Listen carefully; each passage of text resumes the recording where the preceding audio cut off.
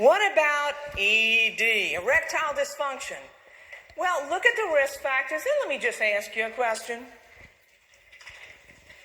Have you seen any older men with diabetes, hypertension, obesity, dyslipidemia, smoke, and oh yeah, you got them on a thiazide diuretic? Of course you have, and you're going to see them all the time. And because of that, you're going to see a lot of men with ED, a lot more than tell you they have it. And you know, I think as a female provider, they don't tell me as much as they tell male providers.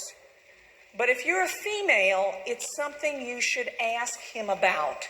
And when he's comfortable with you as a provider, he's going to disclose this. So why do they have this?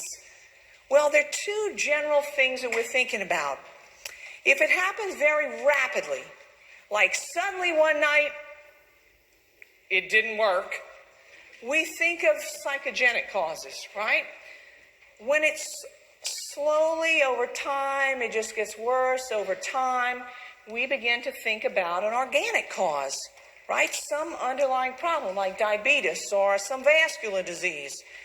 The reason we worry about ED, the reason I worry about ED, is because one problem that causes this is a blood flow problem. Let me show you.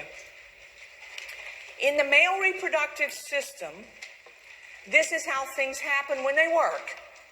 The man gets a stimulus, and when that happens, nitric oxide is released.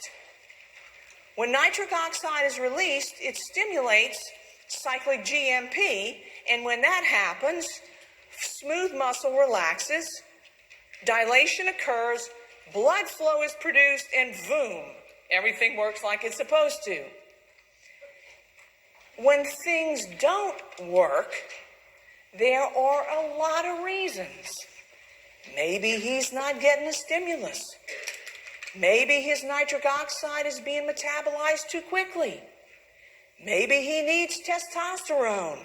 Or maybe, and this is why I'm worried, maybe he's got blood flow problems. So, if you've got underlying coronary artery disease, if you've got disease in any vessel, the brain, the carotids, the kidneys, the lower extremities, if you have disease there, you have it in the other place as well. So when we don't see good blood flow, it has to be, for us, a consideration of blood flow problems everywhere else. And while you won't die of this, you may well die of an MI, stroke, and you get my point. So when a man comes in with ED, you have to worry that he's got blood flow issues, and if he's got them down there, he's got them everywhere else. And so, gradual development of symptoms makes you think that it could be something like a blood flow problem, a diabetes problem, something else. What typically is not happening is nocturnal erections. Do y'all know how to assess for that? Okay, like we friends now, right? We've been together for a day and a half. Let's be friends and let me show you how this goes. Do y'all know the postage stamp test? Let me show you the postage stamp test. If you want to know if this man is having nocturnal erections, you could send him to one of the retail pharmacies to go and buy a commercially prepared snap gauge. Snaps open, if he's having them at nighttime. He's not going to CVS, Walgreens, or any of them to say, I want to buy a snap gauge. It's not happening. But he'll do this, and it's called the postage stamp test, which you will have him do around a non-erect penis at bedtime. Postage stamps. You get him to separate the sticky side from the backing and connect it on a non-erect penis at bedtime. All right, nothing is sticking to him. The stamp is sticking to the other stamp. If he's having nocturnal erections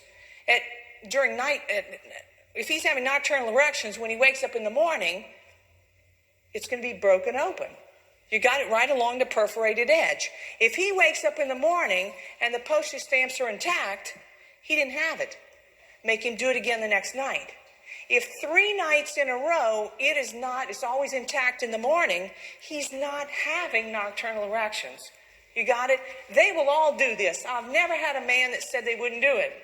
But going to get a snap gauge, I've never had one who told me he went. So that'll work for you. All right, so good medical evaluation, looking for any other medical problems, obviously prostate disease, a penile deformity, anything going on glucose-wise, lipid-wise, maybe even a total testosterone. This is like a good workup for this problem. But when it's found to be blood flow related, this is a drug class that we typically use. It's the PDE5 inhibitors, phosphodiesterase 5 inhibitors. You know the names of these drugs, right? Viagra, etc.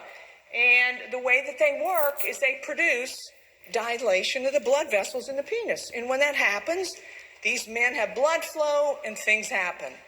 Do you see why it's contraindicated in men who take other drugs that cause vasodilation, right? For obvious reasons. So the nitrates are a big deal. We made it.